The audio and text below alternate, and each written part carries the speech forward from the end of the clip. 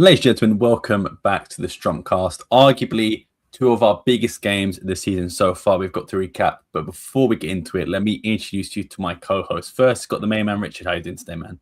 I'm good. I'm finally moved in to the new crib.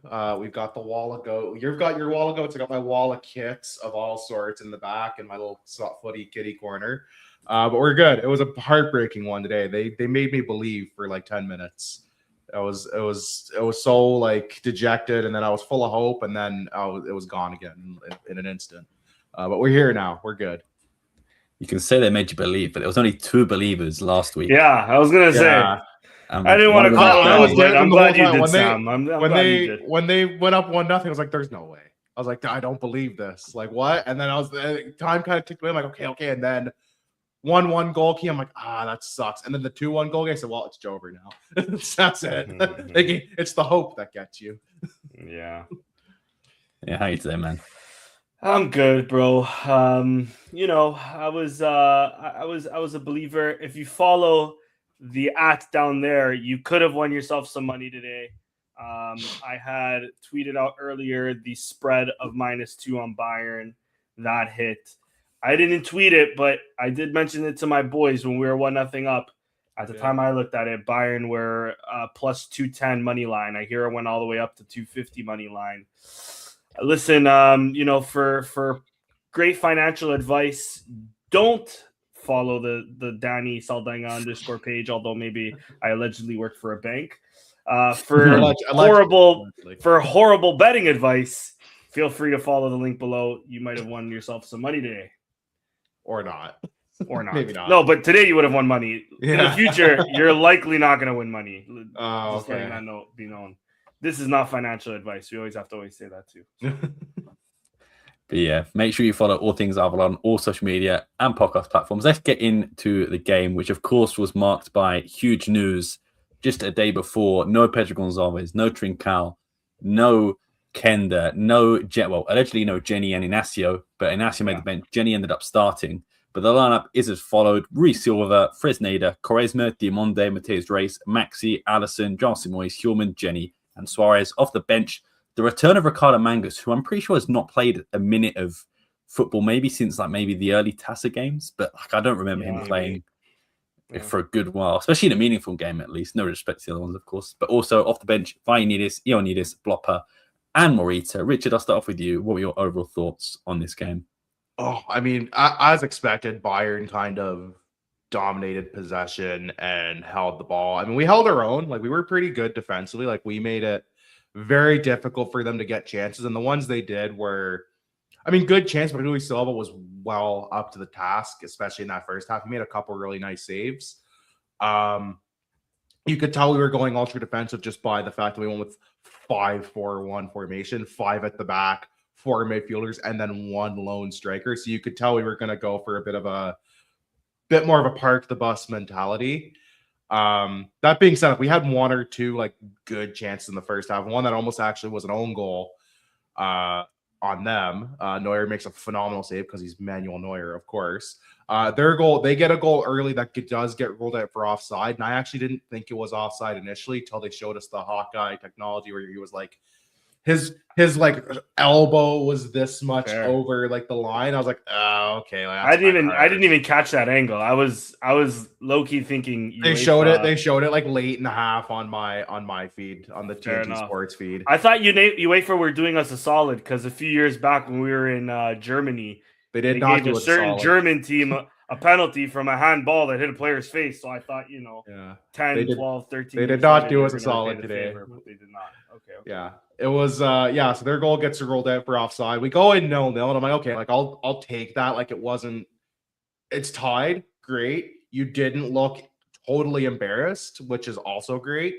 And then they kind of come out, quick start to the second half, a little back and forth, and then we score kind of out of nowhere. Own goal. I thought it was Fresneda who scored initially. It turns out to be an own goal. We go up 1-0 and then immediately decide we're going to defend like our lives depend on it, except we're not going to defend great.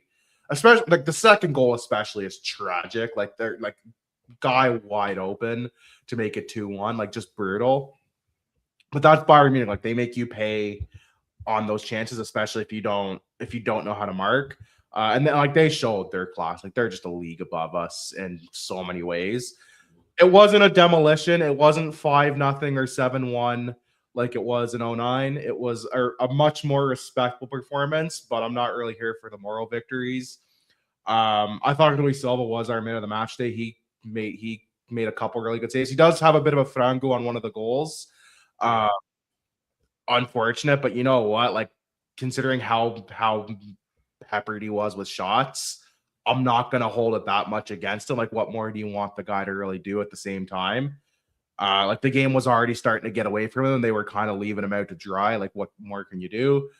No one was really all that impressed today. I thought Diomande was actually okay. I thought Maxi was poor, as evidenced by his rating.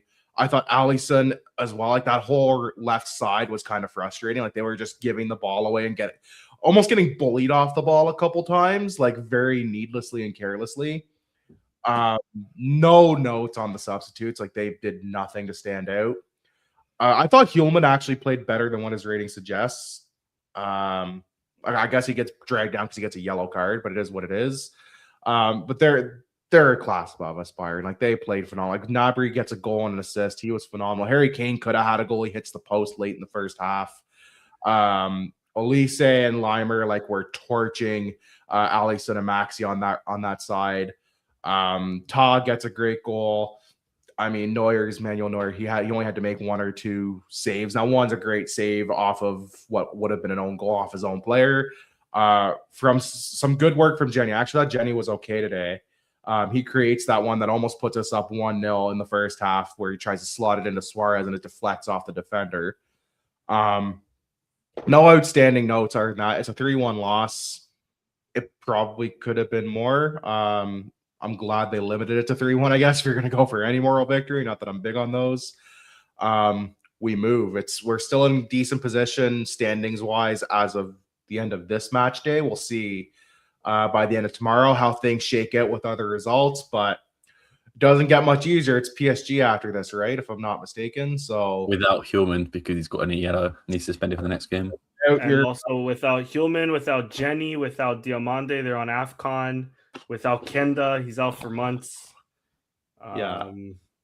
This game. I remember before, like we were in the group chat before this game when we saw like all the injuries or whatever. I was like, this feels like a scheduled loss almost. Like they're like, look, we're probably not going to win this. I feel like the one against PSGs are really going to be. They're really going to be struggling because that's PSG team is. I mean, they're reigning European, French League, and French Cup champ. They're treble winners. For good reason. Like it's not getting easier, and they have probably the best left back in the world, probably one of the best midfielders in the world. They have the reigning Ballon d'Or winner, if I'm not mistaken, right? Like they're going to be even tougher than Bayern Munich, which says a lot because Bayern Munich, even on a bad year, not that this is a bad year, even on a bad year, is still dangerous and terrifying. So you can imagine a good PSG side that we're going to be facing next. Yeah, just a slight correction for Danny. Against PSG, AFCON should be over. So we should hopefully have the reporters today were talking about how there's at least another 3 or 4 that's expected to be out, and they mentioned Jenny and Diomande. So, well, depending on conditioning for AFCON and potential injury, I guess. So I can see that AFCON finishes on the 18th of January 2026, and we play PSG on the 20th. So depending on maybe because of rest, okay, but maybe we have. It could be a load. It could be like a load management thing, right? Depending. Yeah, but that's also depending how far they go, I guess. Then. Yeah, that's what I'm saying. If they go deep, it's like you're not gonna force them if they're dying, right? Like yeah. No, I think that's what their thing is. Like conditionally, they could be unavailable for that game, depending on AFCON. Obviously, they worded it wrong. So they worded it funny. They worded it poorly. I'm gonna blame it on the reporter. Yeah, that's fine. Yeah, they've worded that very poorly. They could have worded that better. Wrong. We've never been wrong in our entire life. We've never been wrong. I'm pulling the Maringo card here. I'm not the wrong one. They're wrong. Richard Neves has never been wrong. Richard Neves has never been wrong. Ask me, I'll tell you. They just worded that poorly. So they're like conditionally could be unavailable depending on AFCON and other extenuating circumstances. That's all I have to say on this game. Yeah. Fair enough. Danny, what were your thoughts on this game? I might get a yellow card from the jump. Oh, here we But go. I've a yellow card only if you guys want to interpret it that way. Yeah. I've not seen a manager this flexible at Sporting in my lifetime. No, that's not yellow card worthy. That's the yellow card. Tactically. Oh, really? Saved Whoa, it. what are we doing Saved here? it. Yeah, I wasn't gonna give him a Tactically yellow even flexible. without the tactic. I was That's like, my first I warning. get That's where my he was first. coming. My first warning. The bank joke really should have been my first warning, but that's the first warning. Listen. Yesterday was coming out, all these injuries. I couldn't keep count on who we had and who we didn't. It was have, one to after be the quite other, honest with right? you. It was insane. Whatever the training session was after the Benfica game, I don't know if Rui Borges and the coaching staff were just pissed off on how that game played out, and obviously we're going to get into that. I don't know if the training session involved tables, ladders, and chairs, but so apparently the injuries were Trincão's injury was, if you remember, we'll get into the first half of the Benfica game, sprained ankle. Jenny was questionable because of that Prestiani tackle towards the end. Yeah. I think Pedro Gonçalves just load management at this point, just because he's coming back from an injury. Yeah, Kenda, a lot of this was load management too. I think Inasio's going to be load management too. This is a game that we were expected to lose, so we were just like, thanks. But Kenda, from what I remember in the Benfica game, he was fine. Like, he didn't look like he's a fractured foot as well. It's pretty severe. He played like 15 minutes from my end, from what I think I remember, right? 75th or 70 something minute, right? So yeah. But anyways, yeah. I go back to say that Rui Borges, I mean, a pleasant surprise. I thought, after looking at the lineup, it made all the sense in the world. We're missing Inacio. We're missing some key guys. Play a three at the back. Even though when we were attacking, Mateus Reis still pushed up a bit more, or even Quaresma played more on the right a bit more, but definitely was pleasantly surprised, was happy that we went to the back three against Bayern, a team that we were obviously going to sit back deep and needed to project our fullbacks to try to hit them on the counter. I thought the game plan was perfect. Maybe if we didn't have Alisson, maybe if we have somebody else, a bit more experience, Alisson is good and all, and he's young. I'm here to let him develop. This wasn't the game you wanted Alisson to start, though. For being honest. This is Alisson's first half performance, man. Like, he needs to mature to the point where, listen, buddy, you don't have to take on the world every single time you get the ball. Sometimes we need that quick pass. There was a few times, especially in the first half, where we're countering and Maxi's going on the overlap. Just send it to Maxi. Send it to Maxi. Try to get yourself into a position afterwards that you can maybe collect the ball or have Maxi send it back to you. You don't have to get the ball into a certain angle and then stop it and then decide, am I taking on this guy or am I taking on these two guys? Am I then going to pass it in the middle? You're taking too long on the ball there. And it was a little frustrating in the first half. Second half, he improved there a bit, but an Alisson game to forget. And again, he's young, so we're gonna not harp on this too much. I thought Mateus Reis was fantastic. He would have been my man of the match if João Simões wasn't on the pitch. Hjulmand, there was one pass that Mateus Reis did. I think it was in the first half. Complete switch of the ball to Fresneda, and it was really one of the best passes I've seen this season. It was a phenomenal. Fresneda almost fucked it up with the touch, by the way. But he still got it. We won't criticize. He still got it. Fresneda, you know what? Listen, for all the criticisms I've had with him and still will continue to have with him for sure, he's stepping up a bit more, so I'm not going to go too deep on him this game. I thought he did all right as well. He put himself into the position to get for the own goal to go in. He tried the flick. So who knows if it would have worked out if the ball did go through to him, but an attempt was made. An attempt was made. He was at least in the right spot. Yeah. I can't blame him too much. When he goes forward, it's with intent. So credit to Fresneda there. Like I was saying, I thought João Simões played amazing not amazing, but I thought he had a really good game. João Simões he played well. Defended when he needed to, had the lungs in the midfield. The goal basically came from him. I thought Hjulmand had another good game. If I remember correctly, his yellow was kind of soft, but I don't know what happened, because it was after they scored the second, I think, or the first. They were it's the arguing. Was it not the arguing? I don't know what Suarez was doing. He had the ball in his hand. He didn't want to put it on the corner, the kickoff, like It was like there was a call and Suarez threw the ball away and one. I forget the Bayern player. It might have been Kimmich. Came up was like, Yeah, no, it was it's Kimmich. spotted It was here, Kimmich. and then Hjulman. I think Hjulman went, and it was like a descent yellow. If I'm not mistaken. Yeah, only for us, or maybe Kim. Oh no, Kimmich, I guess, got a yellow too, though. Kimmich got a yellow too, but yeah, that's how it started. Was Suarez threw the ball away, and Kimmich came like I think it was Kimmich came storming. Or like the foul was way over here, you ass, and then or something to that effect. I don't know. What it was right after the goal, I believe. But yeah, and then I think Luis Suarez was trying to say like the referee's still looking at VAR when the referee was looking. Okay. Yeah. And that's why Kimmich put the ball down straight away. Yeah. Maybe that's why they got distracted and didn't actually look to VAR for that second goal then maybe. Yeah, I was just about to ask you guys on that second goal. I've got this still image, of course, right here. Yeah, I'd like to see. It's a foul. I think it's a foul. To me, it's a foul. I think there are questions that if this is in Portugal, it's a foul, and maybe we're just too used to that. But I think in the Premier League and any other league, I think this gets called as well, considering where the ball is also. Yeah. If you've seen Liverpool's game today, Liverpool got a gift of a penalty. So if that's a penalty, this has to be a foul before the goal, or that leads to the goal. Yeah. In my opinion, it's a foul. Yeah, I thought it was a foul. I mean, we've seen it not called, but we've seen it called more often than not, especially outside of Portugal. So I was a little surprised they didn't really go to VAR even for that. I thought it was at least worth taking a look to double check and get a fresh set of eyes on it. That being said, I don't know how much of a difference it would have made. I think they would have still made it 2-1 eventually if that one gets called back, because we were just basically holding on for dear life. Yeah. But who knows? Maybe we scrape a draw, but we'll never know. Yeah. And really quick, my last 2 points here. Their goals came from set pieces, which is a little, or two of the three, other than that one, came from set 2 goals.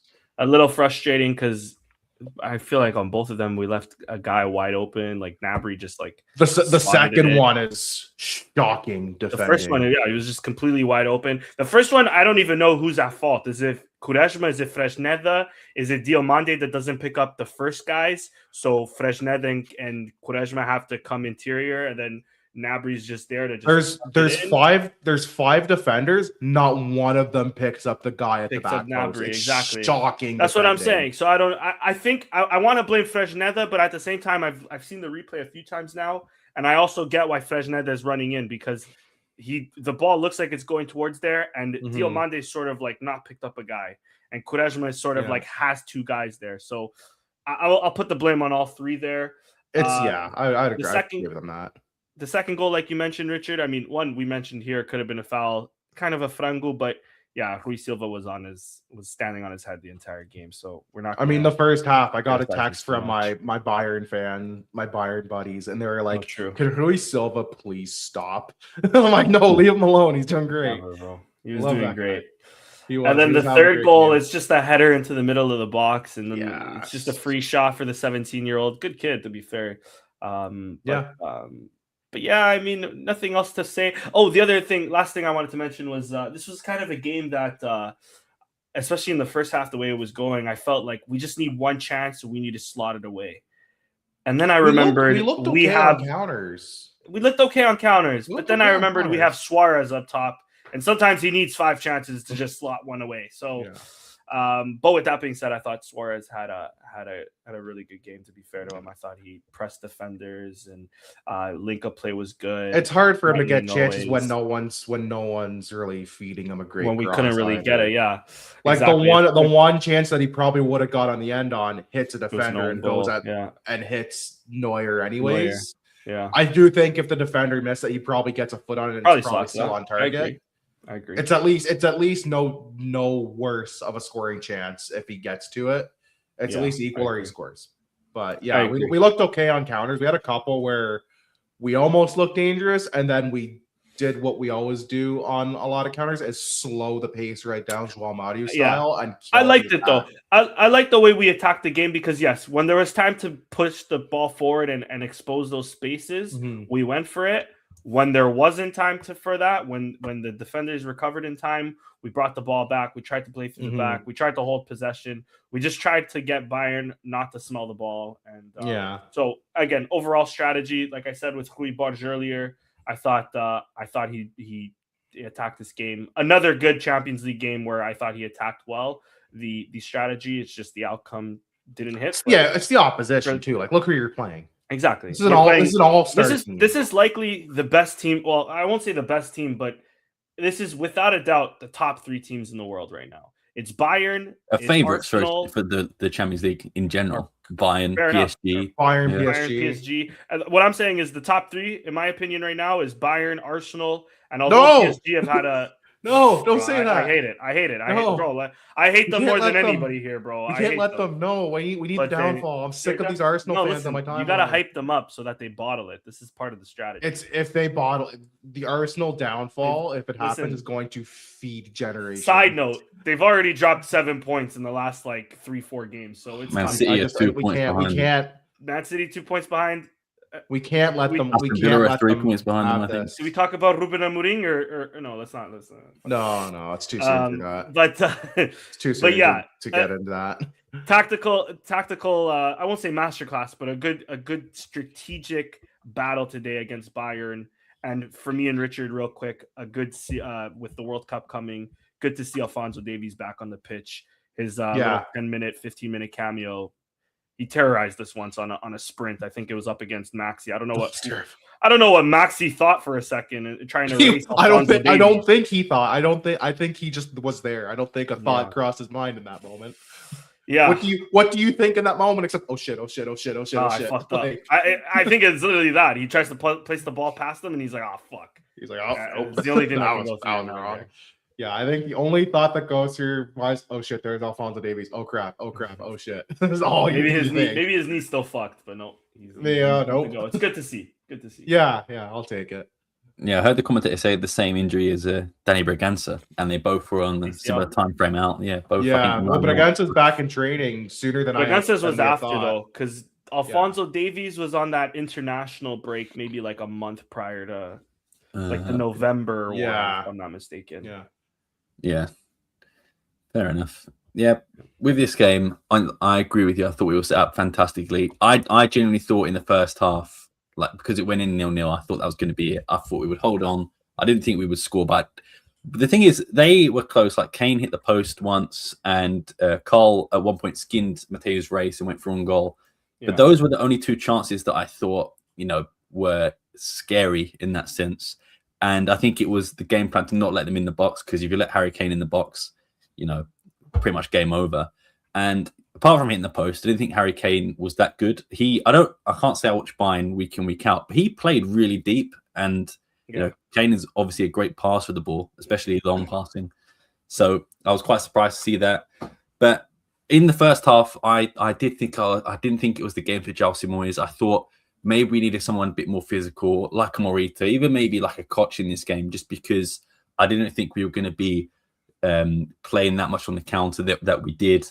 And I thought maybe just in this game, you want someone with a bit more experience, because I do think, especially the first 10 minutes, Alisson, Chelsea Moyes and Quaresma looked a bit maybe nervous for the occasion. I think I would say 2 out of the 3 if I just mentioned grew into the game. Alisson did not go into the game whatsoever. Without being disrespectful, I can see why he's a bench option, and he'll continue to be a bench option if he continues like that, because every decision, it felt like he just made the wrong one. Whether it was passing, whether it was taking on the man, he just could not get it done. The amount of times he lost possession, a 3.8, he was nowhere near the similar vein of Maxi. And we love goal point, but that is crazy. I know Maxi did get dog walked in the first half by Olise quite a few times, but still, I think in the second half, he redeemed himself with some of the challenges he made. And better defenders have been dog walked by Olise, by the way, too. Correct. It's not a criticism on him at all. Yeah, 100%. But yeah, Alisson was really poor. But then at the same point, who else plays there? You've got your 2 best wingers, if not 2 best players in Trincão, Pedro Gonçalves injured, Kender as well. It's crazy 3 players in the same position get injured. And I was very surprised to see Jenny, but at the same time, I was thinking, who else would be there if Jenny wasn't. Yeah. And I think Jenny was on a minutes restriction because he came off minute 60, I think, maybe 65. Yeah, it was like right at about the last half hour of the game was when he came off, so not far off. On Alisson, really quick too. Even at halftime, I was thinking maybe we put in Bloppa because Bloppa might not try to constantly take on the defender. Bloppa has played fullback as well as winger. Maybe he'll be a bit more defensively, minded. He can probably just lay off the ball to Maxi. Better hold up of the ball as well, just for someone his size as well. Exactly. But yeah. I saw the timeline complaining about Mangus, but it's like, who else goes there? Ioannidis, I don't think he's ready to play 45 minutes or however long. And also when he came on, that big knee. I was going to say, even against Benfica, his knee was bandaged the fuck up. Yeah. I don't know if he's actually, I don't think he should be playing right now. He might benefit from not playing for a bit, honestly. Or from last podcast, if we've heard horse semen injections. Listen. Call back, bro. If anyone didn't watch that's a yellow card. That's a yellow card for you, Danny. I'm sorry. Yellow card. That's a yellow card for that. If anyone didn't watch the last episode, they're going to be very confused why Danny. They're going to be. If you haven't watched the last episode, go back, watch the last episode, give it a like, leave it a comment. They're going to be bewildered. If you've watched this episode, comment horse semen so we know you've watched it. Hashtag stop horse semen injection. Can we get horse semen trending? Can we not? Can we please not? For the love of God. What is the matter with you two? You need Jesus, both of you. Oh man. But anyway, back on to the topic at hand. What were we talking about anyways? What's this podcast about? What's his knees? What's a sport thing? What? So I got that dude's knee. I don't even remember is the knee issues. Oh Lord, what's the guy's Sporting Club, the horse semen. Stop. All right, Sam, hold on. You're getting in the cards with me. You're getting a yellow card. Yes. I feel like we both get in the cards with me. You both get a yellow card. Jesus. Before it goes any more off the rails, back onto the game at hand. You guys mentioned Suarez earlier, and I thought in the first half it was fantastic. Second half, I thought it was really poor. His first touch was so bad so many times. It was like he had a trampoline on his foot. It was crazy. But then it's like right at the end with Ioannidis does something like really well. He runs down the lane, he passes it. Suarez with the heaviest fucking touch in the world. Oh, it's a brutal first. The same with I think it was Ioannidis as well down that same wing, crosses it in, and he's like, he doesn't shoot first time. He takes that massive touch. He takes a huge touch, and then it's a not great shot. Like if you try to take that first time, like on your instep, like you probably get a really good score. You might not score, but you get a much better scoring chance. Yeah, 100%. But yeah, our goal was all from Giles Moyes. When I said he shouldn't have been playing, I was quickly proven wrong because that was all him. And yeah, he was fantastic the second half. I was quite disappointed he got bought off, but he is what he is, probably tired and the occasion. But like I said, he's someone who I think really grew into the game, someone who probably would have been nervous coming up against Bayern. But yeah, really did go and improve in the game. And then you guys mentioned it already, but I think the one thing that's majorly disappointing about this for me is the fact that the goals we conceded were just so avoidable. When they had the corner, I did think they were going to score, but I thought it'd be Jonathan Tah, Harry Kane, Upamecano, these big, really tall guys. But instead, he went to the smallest player on the pitch at the back post, unmarked, and that was a goal. That is unacceptable at this level, at this stage of competition as well. And again, I don't know whose fault it was. If you look at the replay, Maxi is on Kane and he's sort of being held by Kane, but there still should be someone else there. I don't know if it is Quaresma or Fresneda or anyone else, but the fact that he was on his own, not once, but twice for both goals is criminal. Because even as annoying as it was, mistakes happen. The first time it's a mistake, he's left on his own. But the second time is just too much. And it is so bad. And what's even worse is from their first goal from the corner is Alisson who has the ball. And he has a great opportunity to cross it. But instead he takes it back onto his left. His right. And then he can cross it still. And he takes it back onto his left and then gets tackled. They go down the other end, get the corner and score. It's just so avoidable. The second goal we mentioned, I think it's a foul. But that one, for a team with quality like Bayern Munich, you can accept a goal like that from open play. You know, they are a very good team, like Danny mentioned, one of the favourites for the Champions League. But to concede on set pieces where a man's left wide open is basic defending, and that's what really annoyed me about this game, is that the goals we conceded were really sloppy mistakes, and it doesn't really reflect the game, in my opinion. Don't get me wrong, we were dominated from start to finish in terms of possession and in terms of chances. But really, Silva especially, I know we mentioned the Frango, but I do think it takes a slight deflection of Diomande or Hjulmand. I think there is a little bit of a touch that sort of raises it above Rui Silva's hand. I think if it was just a normal shot, Rui Silva saves it. But maybe still no excuse for that one as well. But it's just so annoying, and it was disheartening because we were 1-0 up in the second half. I think we had 30 minutes and it was still 1-0. And then they score 3 very quick goals, and then it was like back to back to back. It was so quick. Yeah. But I do want to give out some shouts in terms of good performances. We mentioned Rui Silva already. Yeah. I thought Diomande was incredible. We mentioned Hjulmand as well. I thought Diomande was incredible at, you know, being calm on the ball. As much as I love Inacio, I was very glad he didn't start this game, because sometimes Inacio is a bit too quick with getting rid of the ball and, you know, picking the wrong opportunity. But Diomande was fantastic. And also, I thought Jenny was fantastic. I thought the way I like Jenny today. Yeah, I thought he was really good. And some of the stuff he was doing, again, always with Jenny, the end ball wasn't there. But in terms of, you know, making our way out of the pitch, and I actually think it was his cross that they nearly scored the own goal off in the first half as well, if I'm not mistaken. I'm pretty sure that's Jenny. Yeah. Crossing into Suarez. So it was the Jenny cross, yeah. Yeah. So I thought one of Jenny's best games this season, because we've not really seen that much from him in terms of good performances. The substitutions, I agree, there wasn't really much any of them did. I actually don't remember Mangus touching the ball at all, really. I remember him being on the field. I don't remember him touching the ball either. That's all I remember. I don't really remember what he did. Yeah. Vainidis, like we mentioned, with the great ball to Suarez. But yeah, I think as much as we could say Suarez was poor in the second half, I just think he was tired. And I think we couldn't really bring on Ioannidis at that point. If we have a fit Ioannidis, I actually think Ioannidis could start this game. If both players were fully fit, I think this is more of a game for Ioannidis, a bit more of a physical game for Jonathan Tah and Upamecano. Because from the first minute, Suarez is being taken down by Upamecano and Tah, and he's sort of, you know, chatting to them the whole game.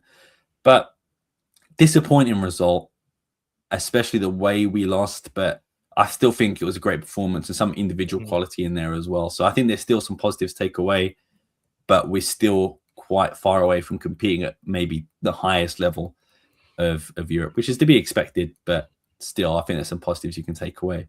Did you guys have any shouts for man of the match? I'd give Rui Silva for me. Like he kept us from potentially getting embarrassing. So yeah, Rui Silva for me. I knew he was having a good game when my Bayern buddies were texting me at halftime going, "What the hell? We're this cool. He's sick." I was like, "Yeah, like we paid like almost nothing for him too. Like I'm so glad we have this guy." So yeah, Rui Silva for me. Yeah, fair enough. Danny, do you have a man of the match? Yeah, I mean, it can go to anybody from Humans, João Simões, Diomande, and even Matheus Reis, but I'll give mine to João Simões. I thought he had a really good game today against a really tough physical team. Yeah, that's a good shout. I wouldn't say that's outrageous.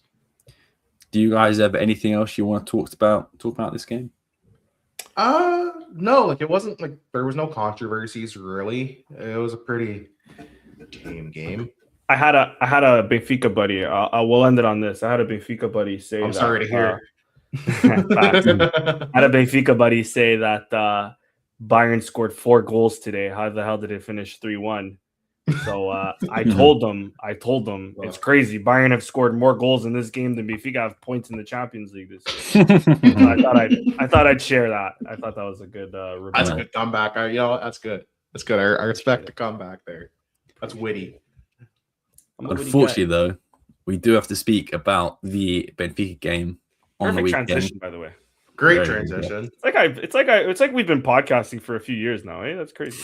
It's almost like it's not our first. Sorry, and then I ruined the transition. My bad. I just it's okay. That's almost yellow. You would just compliment yourself like a footballer would if when they make a great pass or they score. Self-love, King. You know, it's like Ronaldo, where he's like, I did that, and I'm the greatest. Men's mental health doesn't stop mattering after November, guys. We should all love our. Okay. Right. Thanks. It's now horse semen December. So horse semen December is crazy. Knock it off. We were doing so well. You were doing so good. Why? Oh my days. I'm on my final warning. On the final warning. You do that again, you're suspended for the next show. No, not at all. Never. The lineup as followed against Benfica is Rui Silva, Fresneda, Diamonde, Inacio, Maxi, Pedro Gonçalves, Morita, Trincao, Hjulman, Jenny, and Suarez. Off the bench, Simoes, Kenda, Allison, and Ioannidis. It did finish 1-1. Danny, I'll start with you. What are your overall thoughts on this game? A frustrating game. I mean, listen, I'm constantly coming to Rui Borges' defense. So this game, I'll definitely let the critics, sound off. I think the strategy wasn't entirely correct. I think looking back at this as well, the 11. I mean, the main thing I would have tweaked was maybe João Simões over Morita. I think this was more of a João Simões game rather than a Morita game. But, there was criticisms already even before the game started. Why is Pot starting? Blah, blah, blah. And he sort of silenced the haters there with his finish. I thought we entered the game fantastic. I thought we were from the beginning up until maybe the half an hour mark. I thought we were going to steamroll them. I'll be quite honest with you. Benfica couldn't really get a sniff of the ball. Our attacking intent was really, really there. We had about, by the 10th minute, if I'm not mistaken, we had about three solid chances. One of them being converted. Another one, a big save from Turbin that I'm sure he doesn't have any idea on how he saved that. That went through Antonio Silva's legs. I'm surprised to see Goal Point having Antonio Silva as a 6.4. I'm going to be honest with you. I thought he had a stinker. I thought he apparently the man of the match as well. Well, beside Pedro Gonçalves. That's crazy. I mean, I would have put Barreiro as a 6.4, maybe even a 7 this game. If I'm looking at the Benfica side and what Benfica players did, because I thought Barreiro on their end had a fantastic game. But really quick on us, I thought the opening minutes were fantastic. Like I said, we should have been at least 2-0 up, capitalized on their mistake in the beginning.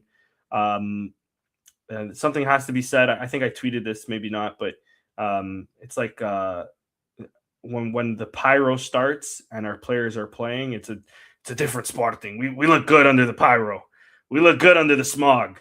For a second there, I thought we were playing a Chopana. It was that bad, the smog. But Sporting would have already gotten a fine for that, by the way.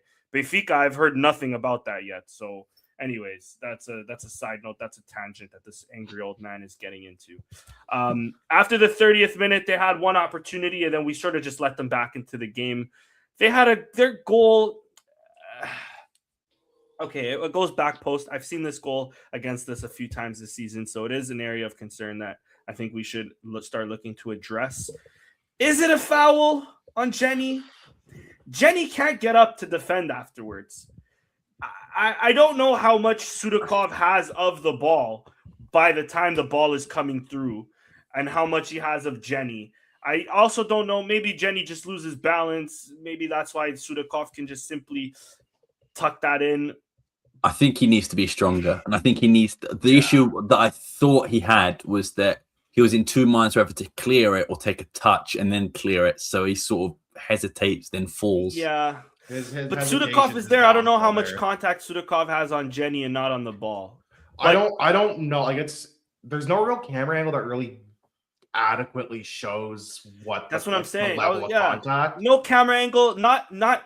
I've seen like not zoom ins, like slowed down replays for the dumbest shit in Portugal. Yeah. Even in BTV, when when it Well, this was a them, bit. This was a bit. This is a bit game. exactly when it pleases them, they'll do a slowdown of fucking Mourinho picking his nose. But on something like this, obviously it won't. It's not convenient for them to do a slow, like nothing of like a sort of slow interaction of like how did this play out? Because I'm still kind of confused whether they call this. I'm not even trying to harp on this point a little too much because I'll give them the goal. I'm not trying to argue here that this should have been a foul. Blah blah. There's a play that we'll talk about later on that I think is definite. That there's no debate, but.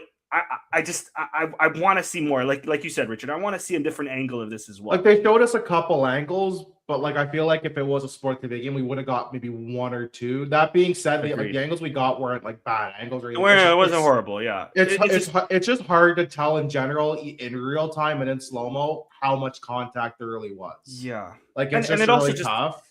It felt like they were. I would have liked for them to try to go to VAR.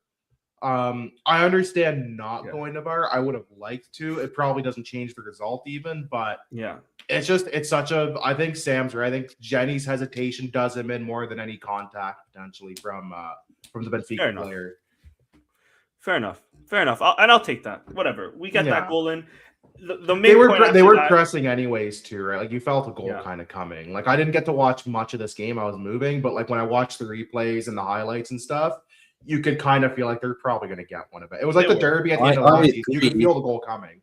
I agree to an extent, but this was their first chance on goal. This was their first chance. And what was it? The 23rd, 26th minute or something like that. We were all over them until this moment. And then this was the moment that the game changed. And then it changed. Exactly. Yeah. Right after that goes in. I don't know what it was that this game, what exactly the game plan was, but from there, we just let them back. We just completely let them into the game. They scored, and it seemed like we just kind of were like content to try to just hold on for the draw. It looked like in the 30th minute, which was ridiculous. Well, I get doing that when there's like 10, 15 minutes left, even, and it's a tough away day. Like I get for that. Sure. When there's still like an hour to go plus stoppage time in either half, like that's kind of brutal game planning. Like that's just not good game management to me. Exactly. And that's exactly. And so that's where I'm saying like the strategy wasn't there for me because there was points in the first half and then in the second half it continued where we decided that, you know what, we're going to want Benfica to press us no matter what. And we sort of did this against Porto, and it didn't really go that well for us, especially in that first half on Porto, where we're just going to pass it low to Ignacio. Ignacio's going to shuffle it between Rui Silva and Diomande. Diomande might play the wings. They may come back in. Maybe we'll go to Maxi. Maxi will then pass it up to Pedro, to Pot. Pot will then try to get something to Morita. Morita might try to play the killer ball. More often than not, he doesn't. And when we try to play the killer ball, Benfica's just there. Benfica's waiting for us. I don't understand the mentality behind that. I didn't understand letting Benfica coming back into this game. I do feel like Trincão getting injured as early as he did also affected the game because up until I was just going to say 23rd minute he went down and then went Benfica down and then he was never the same later. after that. Yeah, and they scored 4 minutes later. He was never the same. And Trincão was slowly having himself a really good first half. Yeah. He megged. If it wasn't Antonio Silva, it was Otamendi, and then he got the ball cleared.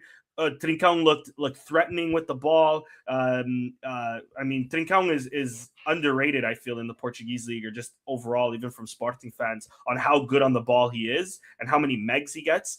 And yeah, it just once he got that injury, it was just a different Trincão. Maybe he should have subbed off earlier, to be honest. But maybe him being subbed off in general is a sign that he was definitely hurt.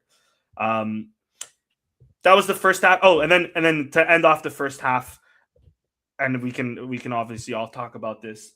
I don't know about you guys. That is a penalty if I've ever seen it. 6.4 goal point rated Antonio Silva gets sent to fucking Saudi Arabia with fucking João Felix, watching Maggie, cuck him down over the weekend, by the way. Shout out Lando Norris. Sends him flying, and then in comes Otamendi. I don't know. Listen, I've had a Benfica fan tell me that he slightly touches the ball, and then his follow-through goes through. I don't know what these Benfica fans think he touched. Nothing of the ball, completely just gets Suarez's foot And this picture doesn't show it that well, but on the video, you'll see it a bit more. Studs up. I don't care about, we can talk about cards all we want. I don't give a fuck about the cards. I'm with Garrick right now in the chat. Penalty, claro. I don't understand where there was no VAR. Suarez was on the floor for a while. The ref called a foul on Suarez. Huh? It just goes to show that everything that Mourinho did over the press conference over this last weekend was calculated. Everything that Porto and Benfica have been doing over the last few weeks and last few months have been calculated because, sure, we got a corner against Santa Clara because the pitch was so bad, Kenda's cross was so bad, it had to have come off of a defender, right? And because of a corner, we scored, the league's corrupt. When we don't get clear and obvious calls against us, the league is no longer corrupt. There was no communication, or I have to call it a communication because Portuguese Twitter likes to mock me because I say comunicado. There was no comunicado on this from either side. Where is Porto now to criticize the referees? Clear penalty. And if we score the penalty, who knows what we walk away with at the end of the day, right? Benfica were on top after in the second half. So maybe it still ends 2-2. I'm not saying this result wasn't justified. It should have been, 1-1. A draw was justified. If we lose this game, I'll take the 1-1. It'd be hella points in predictions. I'll take the 1-1 to away to Benfica. I mean, of course, I always want to beat them, but it's just with this on the table, I don't know. And I'll pass it off to you guys before I finish the rest of my summary. I think this is a penalty. I don't know about you guys. Richard, I think it probably should have been a penalty, if I'm being honest. Like, we've seen that. I've seen that call before in World Cups. It should probably be called here. Look, I don't always like when that penalty gets called because it's not necessarily intentional defender, but we were on this show talking about almost a very similar incident in the last World Cup in a Portugal game where they got a penalty called in their favor. And I argued saying, look, it's harsh to call that a penalty, but it's a penalty because it's still a hand and it's obstructing a scoring chance at the end of the day. So if it's called there in a World Cup, it should be called here. Like you said, I don't know how much it changes the game. They might still come back. So this could be 2-2. A draw felt fair, especially given the fact we kind of rolled over. I would have liked to see this given as a penalty still. I don't have any real strong thoughts. Like I said previously, I felt the game management from their tying goal was kind of poor. You felt their goal coming a bit because you could feel us you could feel us leading up to it, backing off a little bit. And then they, like you said, Sam, it's like their first real chance of the game. And from that point on, it's like, well, that's it. Like you could feel us backing down a bit when they get that chance. Like that's all they need sometimes. The momentum swung right then and there. Yeah, it changed. I mean, it's a 1-1 goal. They're at home. Like, of course, they're gonna get all riled up. Yeah, I felt it was poor. I understand playing for the draw. If like I said, if there's 10, 15, even 20 minutes left in a tough away day, there's an hour and change left in the game if you're including stoppage time. Like. Play like to win. Don't just sit there and decide to play the last 60, 65 minutes for a draw. Like there's still so much football. That was bewildering to me. And I didn't get to watch much this game. I had to watch the replay and the highlights, but it just seemed like it was one of the rare times where I really questioned Rui Borges' game management there. It was just kind of a weird call for him to make, I guess. Like justified criticism for him. I don't really have any standouts from this game, really. Like Pot gets the goal, and I'm pissed I didn't pick him to score. I picked Trincão to score. I thought he was fine. I thought Trincão was fine. There's no real other standouts. It's a 1-1 away draw. I'm not going to speak too much more on this because, like I said, I didn't get to watch much. I'll take it. It's better than going in with a loss, especially considering how we played, especially in the second half. Like it was... It almost got away from us. I'll take stealing the points away from home against a tough Benfica side. Yeah, I do have an unpopular opinion on this. I don't think it's a penalty. In real time, I thought he got the ball, and it did look like he got it. And because, as Pedro puts in the chat, the ball does move. And Barely. Yeah. It could also move just from the wind or the impact of the slide tackle coming in. Mm-hmm. Yes. I in the play, I only got more pissed off from after the game was finished and I started seeing this. Because then it's also how much of it is okay, he wins the ball. Because remember, Maxi got a red on that Santa Clara. He wins the ball, but then him coming through, smashing the player also affects it. So by that same vein, is this not then he barely touches the ball? If we're going to give him that, he barely touches the ball. Does he not then come through and smash the player? Like, yeah, is still not up? Is this still not a dangerous play? That's fair enough. I don't know what the criteria is anymore, to be honest with these. But if you mentioned about what Antonio Silva did, if you watch the replay, he makes contact with Suarez. If Suarez goes down, that is 100%. They're probably calling it. Yeah, he stands on his foot or slides on his foot. That's a pen. And I think the issue that Suarez does here, he waits too long, and ultimately does, in my opinion, get the ball. I think he gets the ball. And you can make an argument that he wipes out Suarez as well. I don't think it's a foul on Otamendi like it was given. No. I think it's just a last-ditch tackle, and it was timed very well. And I've seen some replays on social media, on like TikTok and stuff, that puts it at like this angle, and it doesn't look like it. But to me, if it's not clear and obvious that he touches it or not, and I don't think for definite we can say, I think it's difficult for the referee to give a penalty in this scenario. And looking at from a referee standpoint, I think Otamendi does win the ball, as maybe unpopular as that is. That's fair. That's fair. I still think VAR could have intervened there, but that's fair. Whatever. I personally think it's a penalty there. Again, just off the replay, I don't know. I have to understand the criteria anymore about him coming in and wiping players out. Even if you win the ball, is it no longer a thing or not? But I remember it happened in the Porto game against Benfica, probably 2 years back, when was it Fabio Cardoso makes the slide tackle and then like he puts his leg back up and fouls him like. I think you're right. I think it was that game. Exactly. Yeah, that's a fair point too.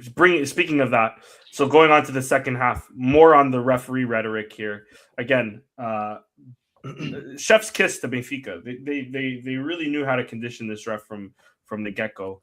Sport Lisboa Comunicado. I said it last week. Sport Lisboa de Comunicado. Maxi gets a yellow card for falling and his leg being out, and Richard Rios tripping on it. By the way, Richard Rios had a great game against us. Don't get me wrong. I thought first great game. Probably played his best game in a Benfica shirt. And he could have gotten a banger against us if he doesn't slide too, or like if he doesn't slip. But absolute disgraceful decision from the referee. But I think it's because of who it is and because it's Maxi. Yeah, it's okay. But I do think he did it deliberately, to be honest, because it's Maxi. If it was anyone else, I'd agree. He's barely fallen, and his leg is this there. It's not enough for yellow, 100%. Yeah, I don't think. If we're gonna play the game that it is who it is, then how has Otamendi not had more yellows than Hjulmand? Speaking of, with the commentaries at the end of the game, Mourinho didn't mention names. Obviously, he was talking about Hjulmand. People are also saying that now he's talking about Diomande, which is ridiculous because I've seen Diomande get more red cards than I've seen Otamendi get yellows. So it's clearly not Diomande that Mourinho's talking about. Hjulmand then turns out that he's had the most yellows since he's arrived in Portugal. So that's another thing that's just out the window. Maybe Mourinho going to Benfica has finally opened my eyes to certain things, but maybe the magic's gone, because at least when he would talk shit, you know what I mean? It would somewhat be factual, you know? The Mourinho, the specialist in failure comments, it was a fact. The football, and at least call him by name as well. Be like, don't be a pussy. Don't be like this guy doesn't get. That's Mourinho. Mourinho will play those mind games. That's fair. I'll give him that. But at least speak facts too. You can't just say all of that like they're all tengo senhor que não apanha amarelos, and then it turns out he's had the most yellows since he's arrived. Come on. But without making this a Benfica rhetoric thing, but look how Rui Costa was talking in the elections and about the task of Portugal and the league last year. It is just, it comes down from the top. They will all say the same, because the fans, instead of saying, we could have won that game, the narrative is now, Hjulmand doesn't get yellow cards, or the narrative in the Task of Portugal was, Mateus Reis should have been sent off, and then so on and so forth. Yeah. So and the other thing that Benfica, in my opinion, if I'm a Benfica fan, and another reason why I think I'm frustrated on this result because of how Sporting played, was the other frustrating thing here is Benfica, they more so played reactionary. Benfica didn't go in with a game plan. Sporting got their game plan wrong, but we got a game plan where we were trying to force the pressure up, build from the back, and then try to hit them on the counter, or not hit them on the counter, but hit them where, at least Otamendi is isolated or Antonio Silva is isolated, and most of their midfield is up top because they'll play with a lot of bodies in the middle. Benfica were just man to man and then just inshallahing it until they can get it into our half, or inshallahing it until they can get it into our box. Other than the few chances, although Benfica had all this much more possession and Sporting, didn't get a shot for remaining 70 minutes, or the 90th minute is when we got the first shot in the second half, or whatever it may be. Benfica didn't look all that much more threatening than us. Rui Silva had 1 or 2 saves, but Turbin also had 1 or 2 saves. So, like I said, the draw is more or less the same. Pavlidis, disgusting behavior on just trying to flop in front of Diomande. Anyways, I don't want to get into too much. This is more so of a frustration. I sort of deviated from my main point here. My main frustrations is with Sporting because I feel like we let them back into the game when we should have taken this. I want to see us do a bit better in these big games. There have been some criticism on Rui Borges when it comes to these big games. And although I think Rui Borges is an excellent manager, and like I said today, he's probably been one of the more flexible managers I've ever experienced at Sporting. I think he is very well versed tactically. I think he set up the Sporting team, and I still think we have a Sporting team that can still do some great things this season. This game he got wrong. The Porto game I feel like he got wrong, and I hope for the next big game we don't constantly try this just playing it out from the back. Because the other frustrating thing is we only had, on the 80th minute, we finally sent a long ball from Rui Silva into Benfica's midfield, which was very upsetting to see that it took them that long to finally change. Last points here. If it was 11 Maxi Arujus, we win this game. You can call him hothead. You can say all you want about it. We end the game with 0 men on the pitch. Maybe 11 yellow cards, but what a guy! I love, but we need that fire, we need that passion for these games, and he had it from the first fucking minute. Him and Richard Rios going back and forth with it. By the way, Richard Rios also did my man dirty. There was one nutmeg where then the shot goes wide because he slips, like I mentioned. But other than that, him and Maxi were going at it, and I thought Maxi had a great game. So, there was a few crunching but important tackles that Maxi made. One that comes to mind was when we hit them on a counter. I believe it was in the second half. He wins it off. I'm not sure if it's Arsenis now or Dedic or Dal or one of them, but he wins the ball off of them on a last stitch tackle. All ball, pushes it forward. I thought Maxi had a fantastic game. And then the subs just came on too late. Kenda didn't do much. João Simões didn't do much, but I feel like this is a game that maybe João Simões would grow into it if he had started, like I mentioned. But we moved, and shout out Ioannidis. He didn't do much, but him coming back from injury that early, like we mentioned, just bandaged up. Got to give credit to the guy. They got the deserved red, by the way, but it was the right play for Prestiani to do. It has to be mentioned. He has to bring Jenny down, or else we're on a crucial. It is, but not that scissor tackle. Yeah, not that scissor tackle. Don't get me wrong. You try to stop him different ways. The red is more than justified. Yeah, but I'm saying it's the right play in that. Brutal. It's a brutal tackle, but also it's the right play though. At the end of the day, it's the right play. It's not quite as. It's not quite they as. Now, sorry. They now have a meme where we have with Bruno Fernandes crunching. I forget who it is. They now have that. It's not Renato. Who is it? Servi, I think. Servi, yes, there you go. Servi, yeah. So they now have that meme. They got the red card. We finally looked that we were gonna do something. I still strategic red card.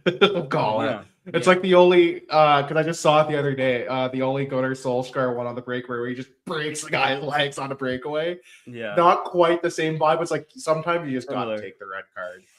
Yeah, no. And then we finally looked lively in the second half. Benfica held on. I thought maybe we could play for an extra minute or two because the game only really restarted at the 92nd minute and it finished at the 97th. So that doesn't really make sense. But Fresneda, man. you had a decent game. It was quiet, but at least it wasn't loudly bad. Right at the end, man, you don't pass it, you don't shoot, you don't make a run. Bro just fell. That really pissed me off, and I felt bad because obviously he can't help it. But like, yeah, of course, it killed me because I genuinely thought we were gonna steal it at the death. Yeah, me too. Anyways, I rambled on long enough. I won't say another word about this game, but frustrating. That's the sentiment here. It's frustrating. Yeah, I'll follow on. I'd go with that. I'd agree with you on that. Yeah, I think I agree with Rubor set up wrong. Not necessarily in selection, but I just think in the game overall. I probably would have started Kenda this game instead. I don't mind Morita starting just because they play with the three midfielders with Rios and Enzo. And Morita's played well the last few games too, so I get him starting. Yeah, one good game. He's had a couple. I think it's more the physicality of Benfica's midfielders that we need to pack the midfield. And as much as I do like Simoes, I feel like he's just not that great physically. Yeah, fair. So I did like the selection of Morita. I didn't think he played that great, but I also didn't think he did anything too awful as well. Second half, he grew into it a bit more for sure. Yeah, 100%. First half, not so much. But I think the main issue of obviously, I think in the first 20 minutes we were the better team. Suarez has a few chances. That Maxi save you mentioned with Trubin doesn't even know where it's going. Of course, great pressure from Hillman to take the ball away from Enzo to find Pedro Gonçalves to score. Even though Pedro Gonçalves' finish was awful, I really don't know how Trubin didn't save it, to be honest. Yeah, but, for real. You know, I'll take that. But I do think as soon as they scored, I think the team lost confidence, and I do think, to their credit, I think it was the Benfica fans who had that impact. I think as soon as Benfica got into the game, the fans also got into the game because we did score quite early in sort of the first 12 minutes, and I think the Benfica fans weren't very loud. We took the crowd out of it early on, for sure. Exactly, which can absolutely have a big effect on the game. Yeah, and I think. Obviously, I feel like this is a blanket statement, but I think if we play this game at the Alvalade, we come away winning this because I think the crowd are more behind us than them. And I just think it was the occasion got to a few players. Suarez, I thought, had a poor game. I didn't really think he was great in the second half. The first half, and we mentioned the tackle on Otamendi as well. I just think he could have been a bit smarter with some of his decisions, but I think you could say that for any Luis Suarez game this year. I was really impressed with the back four, especially Inacio and Diamonde, and shout out to Fresneda as well. I know we mentioned the error at the end, but I thought Inacio and Diamonde were pretty good. Inacio more so, I think, with his passing, and sometimes it was a bit annoying how he kept going long and maybe rushed it. But I think he was probably the better out of the two this game. I'm not saying that Diamonde wasn't good, but I just thought Inacio played pretty well. You mentioned Maxi.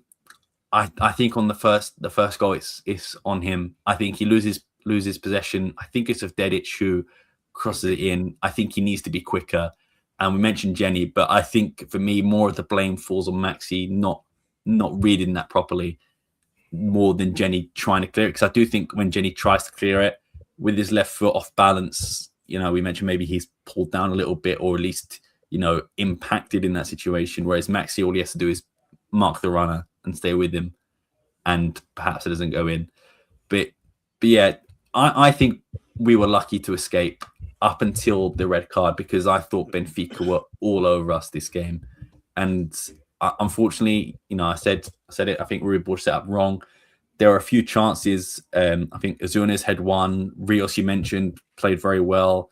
Pavlidis. But I will say, having Rui Silva in goal is such a blessing. I think even though with the Franco we conceded today, comparing to what we had with Adan in the last two seasons of Franco Israel, it is night and day having a keeper that can actually make saves, and that you think, okay, someone's through on goal.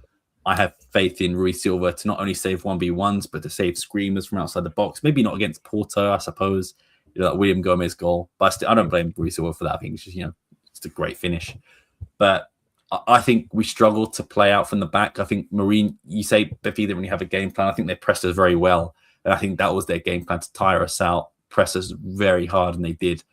And I think it was just one of them games, unfortunately. Like I said, if it's at the Alvalade, maybe we take more than a point. But I will say, as soon as Prestiani got sent off, I really thought we were going to steal it. And what's annoying... It would have been nice. Would have been nice. Yeah. But what's annoying is that I don't actually think we had a shot on goal when he got sent off. We had a few crosses, we had a few corners, but nothing that I thought, wow, we were going to steal it or, anything like that. So I think overall, the result probably suits us more because I think Benfica were the better team. But I think what's bad is that now Porto are 5 points ahead as opposed to, 3. It's going to be tough. It's going to be tough to make. Still early days, though. It's still early, but you're now like we're almost right in mid-season where you're going to have to start relying on them to hopefully drop points at least a cut like 2 out of 4 weeks or 2 out of 3 weeks. All of a sudden, like we've been 5 points up, and we've been like, and they've been worried before, right? Be like, well, crap, we need them to drop at least 2 games. Like it's 2-game swing at the end of the day. So. Yeah, but I look at Porto and I think, although they're not playing the greatest, they're still managing to get results. And also, as far as I know, they don't have anyone going to AFCON. I think we have Kenny and Diamonde. I don't even do Benfica have anyone. I don't think Benfica. I don't think Benfica has anybody. So Braga might. Like, there's a couple other. Braga, I don't know if Nicote's. He's Senegalese, I think. I don't know if he's getting called up or not. But that's the only. But I think we're kind of the ones that'll be hit among the hardest. But I think for AFCON, the big one is Diamonde because without question. I was speaking about this in another chat I was in, but I was saying that we were talking about Reganza being back and all these players coming back, but we are losing Diamonde, and for me, Diamonde is up here, and the next best is Inacio, but Inacio is not close to the level of Diamonde is right now. And same with the Baston, the Diaz, Quaresma. As much as I love all of our centre backs, and I think they're all very good, I think Diamonde is a level above all of them. And I think, to be fair, looking at our schedule over AFCON, it isn't the worst. And I think we play like AVS. I'll try and figure out exactly what our next games are against. I think the next one is against ABS at home, but I think Diamonde should still be there anyway. Santa Clara in the Taça de Portugal away again. Guimarães, Rio Ave, Vitória in the Allianz. It's relatively a tame domestic schedule, yeah. The only one that I think I don't know when the Bast comes back either. Yeah, there's not been really anything on him in the news. But I think I'm looking at the schedule. I think the only tough games, I think Vitória away will be very tough just because I feel like, the reward factor. Fun fact on Guimarães really quick. Even after all these campeonatos that we've won, we have not won away at Guimarães for like 3 years, I believe. 3 or 4 years. I can't remember the exact stat now. That long, eh? Crazy like that, yeah. Because I know we lost them 2 years ago, and we drew. Last year, the year before, there was that. It was last season. We had that stupid game where it was like 4-4 or something, right? Minute. And then before that we lost with Amorim when it was like a really foggy game, and like it probably should have been called off. But I forgot about that game. But I'm looking at the schedule. Vitória is going to be a tough one, but everything else, maybe apart from the Taça de Portugal as well, I think we should come away with all 3 points in every single one of the games. Like AVS dead last, we should win. Rio Ave aren't that great. Gil Vicente away, maybe just because Sergio Peixoto might be difficult, but I still think we should get 3 points there. And same with Casapia, they've been awful this season. So We've already got a win against Casapia 2 away, so that one's going to be exactly. Yeah. So I think we should be okay, but it just, I don't know, with the Bast being out, that leaves Quaresma and Mateus Reis. Is Mateus Reis? I like Mateus Reis, but I'm not comfortable with him starting many games. I'm with you. Yeah. I'd rather see Edu and hopefully the Bast come back. But, that is what it is. Do you guys have anything else that you want to speak about this game? No, I'm not gonna. I have no outstanding notes on this game. Yeah, fair enough. Let's get on to predictions because there has been some movement, I believe. So let me couple exact score lines this week from Chris and I will say. But at what cost, Rich? This is their third time mentioning it. Was at what cost? This is not something to be proud of. Chris and I, at what cost? So Richard goes for the 1-1, gets all 3 points, doesn't get the goal score, unfortunately. No. Myself, Chris, and Danny do not get the goal. Oh, Chris got the goal Chris got scorer, it. Chris got a sorry. goal scorer. But me and Danny, 0 points, man. But you know, we believed, and I think You that's did the main believe. thing. You did believe. And we also believed in the Champions League. Chris and I did not. Why? Also, Chris by and the I way, did not. if this game was supposed to if any game was supposed to have an own goal that you've been trying to predict, This should have been looking the back, game. this would have been the game. That's what I felt like. Of all the games, why did I not predict one like in this game? When it went in today, I was like, oh, this makes sense. I should have predicted this actually. Yeah, of course. Yeah, nonsense. I mean, I will never bet against Sporting. I'm sorry. I don't care if it's Me neither. you know we're playing against, I don't know, the prime 98 Chicago Bulls. Like, I will say we're gonna win. If we play them in soccer, I think we'll beat them. Yeah, true. If it's Have basketball, you said, I don't know, like, man. Dennis Rodman is going to be hard to get past, man. Dennis Rodman on those Facts, rebounds, man. He's a psycho. Facts. You don't know what he's gonna do. That's fine. And, You think Otamendi's a menace on the pitch? Dennis Yeah. Rodman out there. Yeah, facts. Just to answer a question in the comments, Danny and Richard are from Canada. I'm from the UK. So, yeah. But yeah, predictions wise, a big week from Chris, 100%. He needed those extra points. And a decent week from you as well, Richard. But of course, at what cost, man? At what cost? And the cost is you going first place. So I don't think you really care. Yeah, I'm not gonna play. Yeah, at what cost? Dance to the table. 32 not points. by much though. It's only a few points. Like, we've flip flopped how many times in the last couple weeks. So yeah. I was thinking, just to finish off, so I'm in second, Danny's in third, Chris is in fourth. I was thinking that for a monthly basis that we tally up the score of the month and the loser has to do a payoff. Nothing too crazy, but I don't know. Just something simple. Nothing too crazy. Spoken like a man who's comfortably sitting well above last place. No, I'm talking about for the month. I'm talking about for the month. I'm not talking about the overall table. I'm talking about for the month. If you want to keep track of that, go nuts. I don't have the time for that. If you want to keep track, Google Sheets should do it for you, or get Gemini to do it for me, or something. I don't know. I'm sure Gemini will help out on that one. But yeah, we could just could do something like that, just to keep it interesting, keep it fresh. But yes, we are all Portuguese to answer the question. We're all Portuguese. Sam Fonseca, Richard Neves, and Daniel Saldana. Danny's from Toronto. Saldanha, caralho. Saldana, sorry. There's no I. Danny, and if you're wondering specifically, Danny's from Toronto. I'm from Kingston, which is about a 2.5 hour drive from Toronto. Yeah. Allegedly, I'm from Toronto, by the way. Allegedly, his name is Danny as well. His actual name is Keith. Keith Sweats. But Chris has gone in early for the game against AVS. He's been early a couple times. I mean, he's got no choice. He can't afford to slip up now. He's playing a long catch-up game. But yeah, Danny, what was your prediction for the game against AVS? It's at home as well, if I'm not mistaken, right? Yeah, it's at home. It's a home game, yeah. It's gonna be a thumping. We're gonna win. They're in last place, if I'm not mistaken. Didn't they just get a result Last place with 3 points, all 3 draws. All 3 draws. They might equal the actual Avs record the way this is going. Oh, they just lost. They lost to Rio Ave this week, and that's what they lost right at the end. They would have got their 4th point. Down to 10 men. Rio Ave was just pressuring them. Horrible pitch, by the way. Shambolic pitch. Ruben Smith had a pretty good game. I don't know. Maybe if they're afraid of him, maybe he threatened to rob their house or something.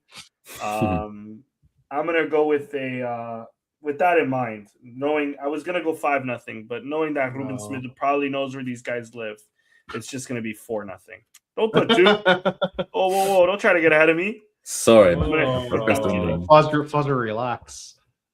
I'm gonna go with a Suarez goal, of course. I'm gonna go with the Fresneda goal. So you already know he's been on a heater. He's been on a little bit of a heater this last couple weeks. Okay, facts. I'm gonna go with a I'm gonna assume Trincão's gonna play. I'll go with the Trincão brace. Ooh, okay. Did they say what Trincão's injury was today? Nope. I didn't see it. I think it was I didn't see it, but I think it was the ankle injury from Benfica. Okay. Go on, Richard. I'm gonna go. I was gonna go 5-1 and go bold. Yeah, fuck it, 5-1. Let's go. We could try to spam some points here. I think Suarez is gonna get 2. Actually, I think he's gonna get the brace. Oh, if you could, once you spell it right. Okay. Wait, Sam, settle down. You've been drinking? Oh my god. Oh my days. Okay, Suarez brace. I'll see her finish another goal. I think finishing another goal as well. It's actually not a crazy shout. Wow. I don't think Trincão is going to play this game. I think we're going to get a Jenny goal. Nice. And maybe a Kenda goal as well. Kenda's dead. I will say Kenda's out for 2 months. Never mind, not a Kenda R.I.P., goal. bro. R.I.P. I forgot. We have to lock in your first answer. Yeah. Sorry, buddy. I think you go now. No, as punishment, Fresneda brace as well. I'll go with Morita goal. I'll go with a Chilo Morita off like a that. header, like a Fair. rebound or something. I like that. Yeah, Cool. I'll go with that. A little variety. It's the spice of life, as the kids say. Sam's gonna go with a 1-1.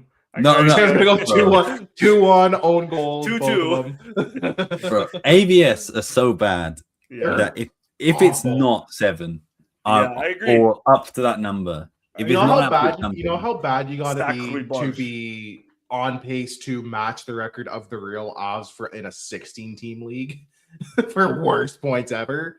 Like they're Wow. that bad. They've got 4 extra games to work with, and they might do worse than that Avs team in 2007. football heritage. Football here. This is football. Isso é football, caralho. This is football. I'm gonna go with a Suarez just one because I don't think he'll play the full game. I think he'll probably be rested. Little At load some management point. game. Yeah, I think so. Okay. I'm gonna go with João Simões. I think will play. That's he's better, right? João Simões. Oh, yeah. Damn it, thought so. You almost had it. You had it the first time. Who else will score? You picked 7-1. You get a lot of guys. Might as well say the whole 11, Sam. Yeah, Holy- 7-1. Like, You could pick- One of them's you could gonna pick hit 5 one. other dudes. I'm trying to think wingers wise. I think Jenny will score one. Yeah, Someone's going to that's score a brace. Yeah. Who would it be? I think Pot will play and score 2. Maybe Okay. that. I like that. 2, Okay. 3, 4, 5. Okay. Still got 2. This would be a kind of predictable goal, to be honest. Yeah, I was going to say they are bad. They are bad. I'm going to go. Ruben Smith won goal so that football Portuguese Twitter explodes on the Facts. So they all check go his betting site, check ballistic. his betting apps. And then I'll just go with Allison. Get off the bench.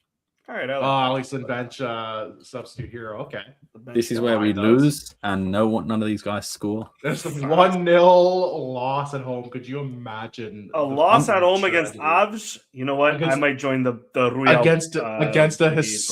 historically bad Avs team as well would be. Yeah, I would get. The I'll join the pitchforks Rui Bar shout brigade. Yeah, What's that crazy- would be worthy to get pitchforks already.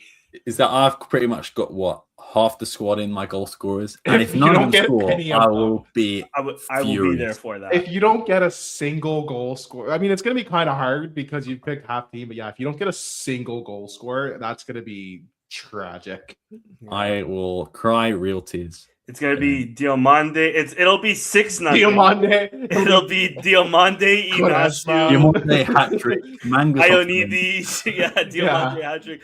Rui Silva is gonna get a goal in. He's gonna score a Tim Howard style goal, just move Yeah. it up the pitch, and the wind's gonna somehow take it. Like, Facts. Yeah. yeah, you're gonna be pissed when all the center backs and like substitutes you didn't name score. It'll be like the Taça da Liga that we tried to predict, where we had like the rotated team, and it was like Bloppa, Brace, Maybe not for 2, yeah. None of us had any of the scores. And we like Suarez, and we're like, what we the picked fuck like 8 is different funny? guys, and like we got like 1 or 2 goal scores between Maybe, the 4 of yeah. us. Like it was tragic. Yeah. Yeah. It was awful. So someone mentioned it in the chat. Daily Dose of Football asked us about the World Cup, and because the groups were drawn, which I completely Yeah. forgot. I want to because- actually go through that. I'm glad you brought that up. Yes, so shout out to them for bringing that up. We have got, I would say, a pretty easy group, all things considered. On paper, this is a very winnable group. Let me go. Whoa. Group Wait. K. Who said I'm rooting for Portugal this World Cup? Yeah, I'm talking Canada. Boys, get up to fucking Group B after really quick. We have some things to talk about. So we get before we talk about the actual groups. I'm kidding. We have to talk about the draw. We do. That was what in the propaganda did we watch, by the way? I did not realize I signed up to watch a Trump rally. What was the worst part of the draw for you? Because for me as a Canadian, it was one, that ball licker Wayne Gretzky being on the stage, and two, Sam, his really quick, pronunciation of every Richard. Yeah, do you know who Wayne Gretzky is? I do, but I'll tell you how I know. I know him from. I know who he is, like in terms of like hockey wise. Yeah. But because he's mentioned in so many rap songs in America, I'm just like, fair enough. Wayne Gretzky. All right. Probably the greatest. I mean, the greatest hockey player to ever set foot on. And also, I think he's mentioned quite a lot in How I Met Your Mother, the TV series, which I'm a huge fan of as well. Honestly, I was kind of hoping you didn't know him, and this was your introduction to him, with him saying Curacao or whatever he said. Jordan. biggest. Wayne Gretzky is Scott Steiner levels of like the English language when it comes to country thing. It was just like ball liquor for Trump. So like, alrighty, you ruined me. But yeah, him just butchering all the countries' names was tragic. FIFA just making up a participation peace prize for Donald. The draw lasting seemingly forever. I think this whole thing should be filed under the Geneva Convention.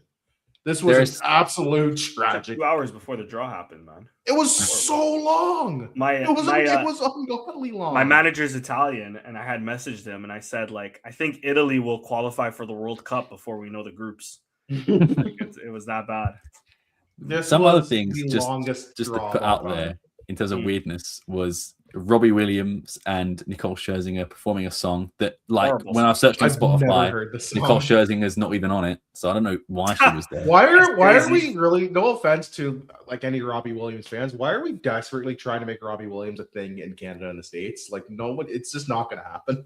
Yeah, and also, DJ. Why was Rio Ferdinand there? What relevance does he have?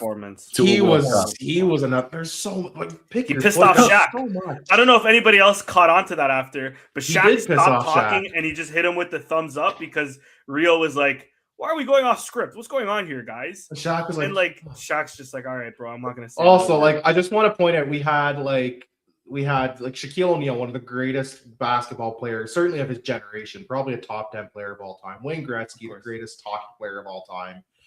Who else was there? Aaron Judge. No, what was the baseball player? Heidi Klum was there. I'm talking the athletes though. They had another guy. They had somebody else. Was it not there. Aaron Judge? Aaron Judge was there, which was weird. It's like you have two goats and then Aaron Judge. There was another guy. The first one. There was another dude in the comments. Who was the other dude? We had baseball, basketball, hockey. Was it a football? Oh, Tom Brady. Tom Brady. So you had three. And Tom Brady's first ball was Brazil. I knew this shit was rigged. You knew. I knew, and for those who don't know, his ex-wife is Brazilian. I knew it was rigged. I knew America was about to get the softest group in the world, and they did. It's not even that soft a group because like those are tough teams. Like we'll go to America's Australia.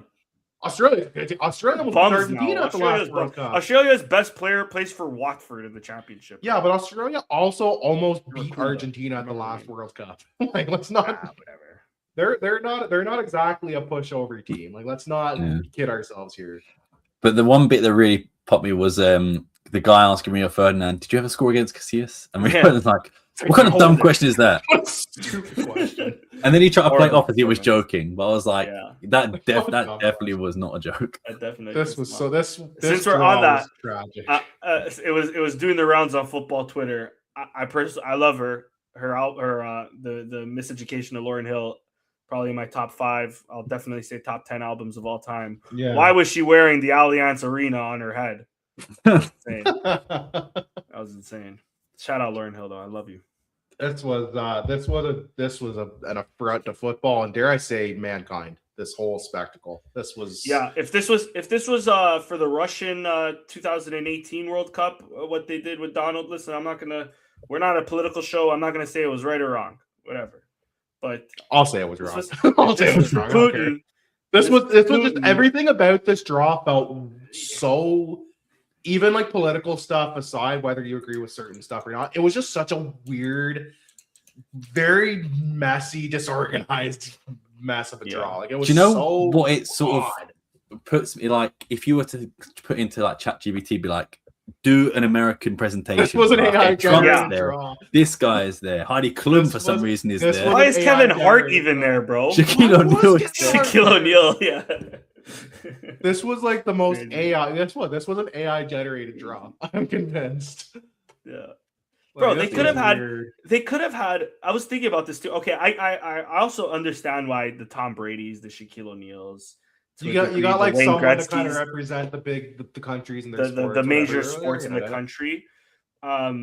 They could have had Clint Dempsey, Landon Donovan. Like Rosario Canada. or like Craig Forrest. Yeah, or Craig Atiba Sinclair. Hutchinson, What's it? Not Craig. The Christine Sinclair. Sinclair. would have been cool. You know what I mean, like Someone like Carlos Crazy. Vela for Mexico. Exactly. Or like anyone Hugo, or like Hugo Sanchez for Mexico. Hugo Chicharito. Sanchez, Like exactly. they could have gone. They could have gone a lot of different. Yeah. Campos, another one if you want to keep the football route. But yeah, it was weird. Sorry, buddy. Kevin Hart and Heidi Klum. We'll have to do Yeah. it. Sure. And Wayne Gretzky. Here's the team. Like mispronounced some names. He didn't get one. I don't think he got one pronunciation right. Yeah. If I'm being honest. Shaq did have the Islamic Republic of Iran coming out, and I thought, you know what, fair enough. At least Well, you- Shaq, when you're on Shaq- when you're Shaq's on smart. stage, Shaq has like a PhD or some shit like that. I don't know if Yeah. it's like an honorary one or not. Don't get me wrong. I think it's an honorary one. But Shaq's not a dumb. When you're the least eloquent guy on stage that includes Shaquille O'Neal and Kevin Hart, there's a problem. No offense. Yeah. Facts. Like, Yeah. that was brutal. But Anyways. on to the groups. This, like Yeah. you said, Sam, very winnable group. They're going to get Colombia, which I think will be actually a tough game. They should be. I mean, I don't want to disrespect Uzbekistan. They should be beating Uzbekistan. And then they get Jamaica or New Caledonia Or Congo. or Congo. Yeah. So New Caledonia will face Jamaica, and then the winner of that faces the Congo. Oh, okay. The DR, the Dominican Republic of Congo. They should be walking away with 7 to 9 points. What on God's name, no disrespect, is New Caledonia? They are from Oceania. Listen, but boys, They're not I have. CONCACAF. I know that. I know my CONCACAF teams. They're not I CONCACAF. do have. I like I mentioned, my main team in this World Cup will be Canada, Yeah. Portugal. Depending on this New Caledonia, Jamaica, Congo result, which Portugal might be either my second or my third team. She could be Jamaican. Because if Jamaica makes it to the World Cup, boys, I'm Toronto's from gonna Toronto. Toronto's Born and gonna bred. crazy, by the way. I promise you. Yeah, one, I'm not going out in the streets wearing a Portugal jersey while they're playing. Don't go out. Just don't go out. I'm gonna be with my brethren. Two, I've probably had more beef patties in my life than I have had bacalhau. But have you had more beef bacalhau. patties than bifanas? That's the question. Richard? Yes. Close. That's crazy. Yes, work I for have, you. bro. Wow. It's at every corner store, buddy. When I was Yeah, that's true. in elementary school for $1, we're having a beef patty. So it all depends. beat I that kind of value. don't want Jamaica to make it through. Because of that, my heart will be conflicted. But yeah, it's an easy group. For It's a Portugal, let's winnable be group. honest. They should be. Colombia might be the only tough one, and walking. that's the last team we face. I'm actually looking at tickets for Miami, but that's going to be tough because it's going to be an away day in Miami. That's the only problem. Yeah, that's gonna Miami's be going to be tricky. just Colombia, which is cool. You know, that's I think the beauty in having it in this part of the world is that the rest of the world is in most of these parts of the world. Right? There's a lot of diaspora like from a lot of these countries in Canada and the States and Yeah. even parts of Mexico. So like you will have Exactly. some representation. Yeah. for a So little bit exactly, and everybody. then like in certain states, like in Florida, there'll be a lot of Latino, mix like- of Latino, but also Portuguese. There's a big Portuguese community. You go in Florida as you well, go so- up the East Coast, you're gonna get a lot of like the Eastern, exactly. Eastern and like even Western Europe, like a lot of the European Yeah. countries. You go Midwest, you'll probably get like some Germans and Sam. stuff. Like England almost played in Toronto. they almost got Almost played in Toronto, then they shafted us. Yeah, Toronto's good. Looking at that group though, England have actually got a very tough group. They're a tough Croatia, That's a tough. Ghana. That's a tough. Panama's a group. tough team too. Don't sleep on Panama. Didn't Yeah, they they've beat improved a Panama, lot. like 8-0 in the last World Cup, or was it like Yeah. 2018? 2018 they did, but Panama's actually an improved team, and they're probably one of the tougher. They've really become one of the tougher CONCACAF sides. So I wouldn't France as necessarily well. sleep on them. Tough. That's a tough. Senegal, There's no. What's the group Norway. of death for you guys? Because I don't know that there really is a group of death. Let me zoom out so we can sort of see all of them. Okay, let me We just do that. roll through these. Okay, Mexico, Qatar, Denmark, Canada's group. I think Canada should be coming through with that. Although, Wait. Let me quickly give some context, Sam. If you're not aware, let me make you aware. So Italy might land into Canada's group. Canada, and that first game will be in Toronto, Canada against Italy, and I'm dreading it if it happens. You Yeah, have I a huge hope it's Italian not. population out there. Right? Huge It's Italian a population huge in Italian Toronto. population in and around Toronto, especially. So it won't be a home game for us. So Forza Wales or Northern, sorry, not Northern Ireland. Give me Bosnia. Republic of I Ireland. don't think there's a lot of Bosnians in Toronto. Bosnians. You know what? There is a decent. There might be some population Northern of Irish and Bosnia, Welsh, but there's also a bigger Croatian population. So I think that'll the be there to Croatians hate. will show up to beef if anything. Yeah. Um, I'm looking yeah, at these. I'm looking Canada at these should make groups. If I have to pick a group Brazil's of death, group is pretty tough. I Brazil, think Morocco, Brazil's group- Scotland. I think It's not a Brazil's group group of for death in me. this though. I I think don't- if you're looking at a group of death, it's Germany either have a Brazil's decent group. I think it's Germany either have Brazil's Ivory group or Coast. England's group. England I have think a it's- tough group. Yeah. I think it's France. I think Yes.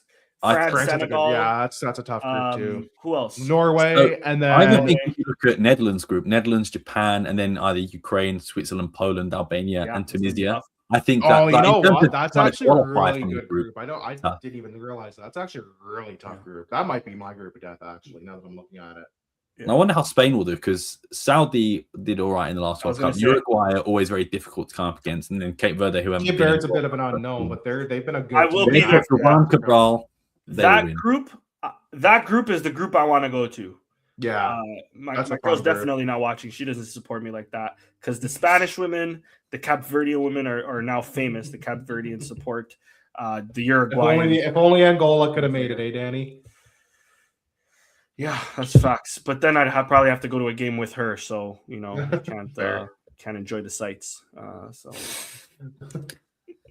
Damn, I hope she's not watching for your sake. I hope man. you better don't not watch be watching, watching, bro. Daniel. Just saying. there's one more group that I really wanted to touch on because I was talking about Italy and Toronto. There's a group where Montreal is going to World War. Where Montreal's not got any It's games. the Brazilian group, Morocco and Haiti. Oh, And that's gonna do be not good. roam the streets in Montreal. That's going to be a bloodbath. Yeah. Thank God that's not like a game taking. I mean, Montreal has no games because they couldn't get their shit together with That's Olympic true. Stadium. But could you imagine if that game was in Montreal? Oh, that's beautiful. That's maybe like 80% of the population is either Moroccan or Haitian. Of some sort to say, it's crazy. we I have a will lot be of there. family. Or in at least some Montreal, sort of Arabic, It's French, crazy. Northern African. That would have been a chaotic game if it wasn't. I mean, it's already going to be a chaotic game, but in Montreal, If it was in Toronto, I would be there.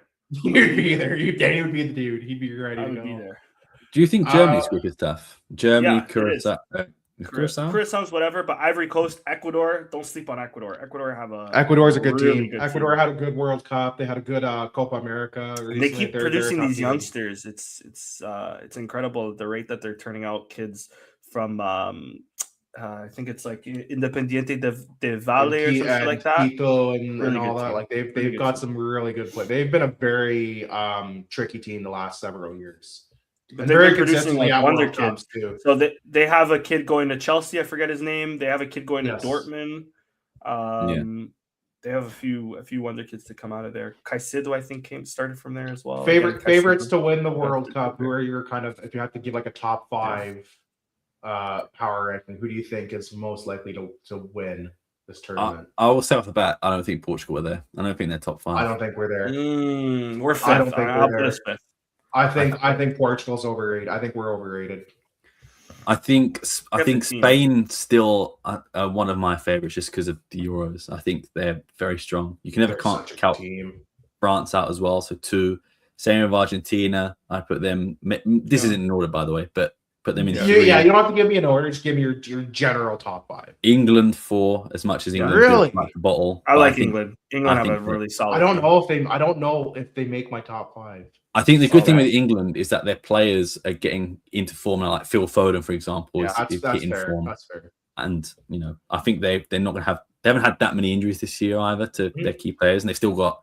I think their biggest issue is is Bellingham going to play? Will it be Foden? Will it be anyone else in the midfield? Yeah. But it's a good thing to have, I suppose. But what's that? 3 France 4. Who else? Who would be my number 5? So you've got England, Spain, Germany, France, Argentina, and you'd one more. Germany. I don't know that I rate Germany that highly yet. Portugal, buddy. Okay. Maybe Portugal at 5 then. I'll say Portugal at 5. But Portugal will be lower depending on who the manager is, which I think we still think is going to be Roberto Martinez. It's going to be Martinez. And whoever, we won't get into this because we've spoken about it so many times. Yeah. Cristiano Ronaldo is a legend. He is the greatest Portuguese player of all time, one of the greatest of all time. If he is bad, sub him off, please. I do not mind that he starts every game. I'm not going to say he deserves to start, but I think he's better than Gonzalo Ramos, even though I do rate Gonzalo Ramos. But also Paulinho should go. Another separate note. That's fine. Yeah. But for me, if he's playing bad, sub him off. And it did happen at the World Cup. Fernando Santos, you have to give him credit. He benched him for Switzerland because it cost Fernando Santos' job. It did. He only lost his job because he defied the federation. I think we can also say that after this World Cup, Roberto Martinez is no longer Portugal's manager. So unless they win, he's not. Unless they pull off a miracle, even if we win, I don't think he'll continue on. You don't think, You don't think they'll go back to the well? He'll retire as champ. I think Roberto Martinez will probably have a job offer from the club at that point. Even if it's somewhere like a Saudi, he'll probably take. He might. Yeah. But he's done after this. I think him and Ronaldo are done after this. Yeah, exactly. Yeah, they have to be. And I think you can even look at players like Bernardo Silva, maybe their last World Cup. I think Bernardo. I think Ruben Neves. I'm fine to not see him again. There's a lot of players I'm fine to. There's a lot of players I'm fine to not see after this World Cup. Personally, they need to age out a few of the score. And really quick on the Gonzalo Ramos point too. If he's proven anything at PSG is that he's good at coming off the bench and making an impact. Mm-hmm. So we shouldn't be shy to use that option. The only problem is Roberto Martinez has been shy to use that option. Roberto Martinez's calls always bewilder me. His call-ups. There's always 3 players. Like for example, Forbes. How does Forbes make the list before Paulinho? Get in here? How can this is what annoyed me because I said about Paulinho being called up. Someone went, "Oh, it's just the Mexican league." We call someone up from the Belgian league. And no respect to League of Portugal or Saudi, is the Mexican level that much lower? It's not. It's not. If you've ever watched actual Mexican football, it's actually not. It's probably on par. On that side of the continent exactly. as well. I was just about to say, we're also playing, well, maybe not in Mexico, but we're playing in Texas. We're playing in Texas. We're playing in Houston. God down there. If we make it through to the next round, I'm sure we'll have a game in Mexico. So, what are we doing here? Yeah, I agree. My Power 5 probably is about the same as you, Sam. I think Argentina for sure. I think France. I think Spain. Portugal. I don't. I think we're overrated. You know what?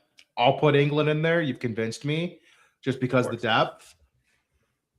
And I don't know who my 5th team is because there's not really a great team like after that. And I don't think it's Portugal. Put it in. No, put it in, buddy. You can't think of anybody else because you're refusing the reality. We're in the top 5. We have a responsibility. Rich is gonna say New Caledonia as his number. Jamaica. I'm gonna say Jordan. I'm kidding. Put in population, Jamaica. By the way, of 292,000, which is tiny. You know what? You know a team that might surprise. I think Croatia might still surprise people. I still like this Croatia team. Though? I still like this Croatia team. Modric is balling in AC. Don't get me wrong. I still look, no one expected shit from them last World Cup and they ended up finishing 3rd. They've got back-to-back podium. They've got back-to-back podium finishes at the World Cup. They are an older team, but you know what? I'll be damned to bet against them at a World Cup. For sure. I'll call them a dark horse. I won't say they're top 5. I think Portugal is way too overrated. I think you can harp on Ronaldo and you can harp on Martinez. I also think as a team, they just play so selfishly like a bunch of piss babies. And I don't think they have it in them to actually go to war. What do you guys think? I think of Brazil? when push I comes was to gonna say, shove, yeah. maybe Brazil, but I don't know. I like Brazil as like my dark horse. I think I the like how thing for young they Brazil are. is they have Ancelotti, and I think they have Ancelotti's. Ancelotti. If you want to trust if you want to coach, he's one of the best coaches of all time. I would trust him. Facts. He knows how to win a tournament as well. They He have can a also good he mix can of, also get players to go to war. yeah, fact. They have a good He mix can of old and motivate new. people. They have an underrated midfield. They have Bruno Guimaraes. They have why am I Stacked in blanking goal. right now? Yeah, their goalies can do better. Like Allison and Ederson are on their way out though. Their midfield is losing me right now. They have good wingers too. They have Estevão. They have as much as you can They have criticize them. They Vinicius, have they have Vinny. Rodrigo, They have like- Rodrigo. They have Neymar. Neymar's Yeah. coming into form right now. Has had some big performances for Yeah.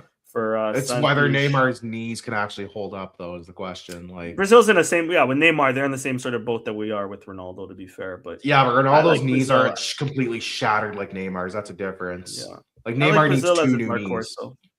Yeah, Yeah. I Apparently just think. he's getting surgery on them for the World Cup. I mean, been he's down got for- he's got they're in Listen. the off season now, so he might as Really well. quick, boys, say it with me. Horse semen injection. And with that being said, boys, I think we call it a wrap. I think Portugal plays like a bunch of piss babies, and I just don't trust them to actually when games get tough, they fold. They fall apart like a disorganized game of Jenga. We watched in the Scotland game in qualifying, Ireland. or the Ireland game. That too. You racist, They- Richard. They How All dare white fell people apart. same to you. They Wow. fell apart like a house of cards. It got tough, and they were like, "This is not for me." When things get hard, they We were up against the fold. Iron Brews, not the Guinnesses, Richard. I'm sorry, Right? What's that drink that they love out there? Is it Iron Brew? Iron Brew, yeah. Iron Iron Brew. Brew. Okay. Iron Brew. Culture. Yeah, you had it. You had it. My bad. Yeah, I That's just don't. I think even if you want to, like, you can criticize Ronaldo, you can criticize Martinez. I think at the end of the day, they just do not play like a team. They are a bunch of full I can't believe diaper it. piss babies when I things am- get hard. Out of this panel, I am the one that has more hope for Portugal. That is I unbelievable. I am the first one. I've said that. I say this every week. Prove me Unbelievable, wrong. boys. I would love for them to prove me wrong, but they have not proved me wrong in a long time. Even in the last World Cup, we had a somewhat of an easy group, and we really They struggled. struggled in those. In Listen, every game, they I struggled. prefer it that way. Look how we won the Euros. Yeah. It's the Portuguese way. You have to shit yourself until you make it in life, and that is what Portuguese people We're have gonna been get doing we're for gonna be getting millennials. we're gonna be getting calculators out like on day 2. Like it's gonna be brutal. When already. we draw against when we draw Jamaica, Uzbekistan, when we draw against Jamaica in the Uzbekistan, first round, in the first game, not only will I be living it up on St. Clair, eating beef patties and drinking super box, we will already be stressed about, okay, we have to beat Uzbekistan or we have to beat and then we got beat Colombia as well. We're gonna be coming down to the Uzbekistan, be like, well, we might be able to finish as a third place team. And then not only, I think after that we have like a tough run out after that. I think we'll play It's a like, tough side of the bracket, depending on I think Argentina If we will come probably first. end up on that side of the bracket. I think Yeah. France will end up on that side of the bracket. Like, they're I gonna think get we can beat several Argentina. heavyweights. Argentina's nothing crazy anymore. Argentina's also gotten very old too. They're older, but I think they're a bit more built for this than we are. What are they I going to don't- do? like Call I up, said, call I up don't- half of Inter Miami? Come on. They might. Half the I teams are- I think if push comes to shove, and it gets to a nitty gritty like war, they win that every time. Yeah. Yeah. I don't think do have I don't think we're built for the difficult games. I have a dark horse pick. I think Yeah. just on base how they did last year, I'm going to put Morocco as my dark horse I pick. like Yeah, that's a Morocco. really good show. I want to put as my dark horses Morocco and Japan. I like Japan. They won. Japan's not a bad shout, to be fair. Morocco. I like definitely. they've gone out so What did Morocco win hungry. recently? The U19 or the U23 World Cup. the U20 Yeah. World Cup. Yeah. I Morocco's a think good team. Japan, Morocco's because been a good they've gone out so agonizingly painful in the last 2 World Cups. After That getting only some means it's going to happen again, Richard. and like You don't learn from there's- your mistakes, do you? No, I don't. I'm like I'm Spartan. kidding. I think Japan's a team. They might surprise you because they have some fun players on that team. Yeah. and they've been such a tough out at the last like 2 or 3 tournaments. So it What would do you guys shock me think to see them about make a run. Norway as well? You know, Norway. Erling I was Haaland, going to say Odegaard. Norway's up Norway there with could my make dark a horses. run. They've been deadly in the European qualifications. My dark horses are kind of boring because they're well-established team. Like I look at Brazil and I think they're a dark horse because nobody's expecting of them. Yeah, I would say Croatia is a dark horse in the sense that yes, they come in here with some history from like previous World Cups. I like Colombia a lot. I like Uruguay a lot. Colombia, especially. Colombia has. I like Colombia more really than good Uruguay. Me too. I like Colombia more than Uruguay as well. Mm-hmm. Colombia had a really good qualifier for South America. They were second or third in the tail. Like they were one of the top teams behind Argentina. And they were in first for a while there. They have a really good team. They have Luis Diaz. That's I guess he's injured. He didn't play today. He got injured. Yeah, I didn't realize that. I don't know if you saw the tackle was Hakimi a few weeks ago, like through the back. Oh, that's right. That's right. I didn't realize he was out from that. Fair enough. But yeah, no, I like Norway. Norway is they could make a run. That's why that France group is deadly. Senegal's not a pushover either. Senegal. They're a tough team. And who else could they get? Is that Bolivia, Suriname? No, is it Bolivia? It might be Bolivia. Yeah, Bolivia, Suriname, Iraq. Okay. Yeah, fair enough. But I think on Norway. Can I just say, will Sheldrup be allowed to go? Because I hope not. Yeah, maybe not. He might be arrested on the spot. Actually, I don't know if he'll have he'll be able to get a visa to America. They don't play, or at least they don't play that shit. Canada, we don't play with that shit. We don't play that. If they have to play in Canada, he won't play that. He might not be allowed. And I think we should end it on this note as well. On I think it's June 26th, in Seattle. There's going to be a home game there. Where it's gonna be celebrating Pride and the teams. Richard, are you know? I know. I saw the teams all over social media. Don't worry. We won't say it then. That's all you got to know. It's. I will also be there watching that game. I will be amazing. I think there's gonna be protests by the players. Let me also just start predicting that. If you remember in the Premier League, there was a player for Manchester United. Obviously, it's a different nation. It's not one of those two nations, but refused to wear the rainbow because rainbows are scary. Listen, I don't. Rainbows are. You think they're not gonna? You think they're not gonna force that when they play in Seattle for the Pride match? It's gonna be. Let's be honest. It's gonna be legendary. If you're not watching on Twitter X right now, download it for that game. It's gonna be a nightmare. And the thing is, I'm more so curious to see the players' reactions on all of this. I'm also more so curious to see FIFA's reaction. Oh, FIFA's gonna back down. FIFA's gonna back down. They're gonna fold. They're gonna back down. If FIFA show a backbone, are you joking? I'm surprised FIFA didn't back out of that beforehand because, like I said, Toronto was supposed to get England, Croatia, or at least another England game. Yeah, and they didn't get either. Like Toronto have one of the worst the worst for the group stage. Yeah, they might get a good knockout game. Teams. They might get one or two. We have one knockout game. We'll see what that results to. But yeah, so I'm surprised they didn't look at that and be like, okay, maybe we shouldn't play Iran and Jordan on in Seattle right now. But that's gonna be legendary. Yeah, I'm curious to see how FIFA handles that situation. Yeah. It did make me. You just reminded me of the 22 World Cup when Infantino came out with that speech. I don't know if you remember. Oh my god, that was such a bewildering speech. Today I feel gay. Yeah. Today I feel Arabic. Okay, man. Hey, buddy. You look like Dr. Me every day. Like he looks like an Austin Powers villain. Like, what are we doing? Facts. Yeah. Facts. But I think on that note, we can end it there. Nearly 2 hours we've been going, so I think we can call it there.